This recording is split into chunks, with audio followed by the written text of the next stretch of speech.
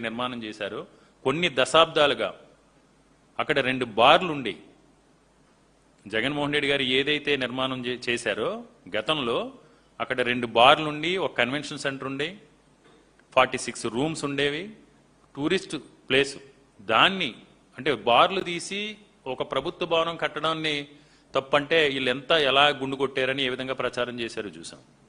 ఈరోజు విశాఖపట్నంలో ఉత్తరాంధ్ర ప్రాంత ఇలవేల్పు శ్రీ వరాహలక్ష్మీ నరసింహస్వామి వారు ప్రతి సంవత్సరం కూడా గిరి పౌర్ణమి రోజున గిరి ప్రదక్షిణ అనే ఒక మంచి అద్భుతమైన ధార్మిక కార్యక్రమం. అందరూ కూడా భక్తులందరూ కూడా ప్రతి సంవత్సరం సుమారు 7 లక్షల నుంచి 8 లక్షల మంది సింహాచలం నరసింహస్వామిని దర్శనం చేసుకుని అక్కడి నుంచి సింహాచలం కొండ చుట్టూరు కూడా గిరి ప్రదక్షిణ చేస్తారు, సుమారు 32 కిలోమీటర్లు.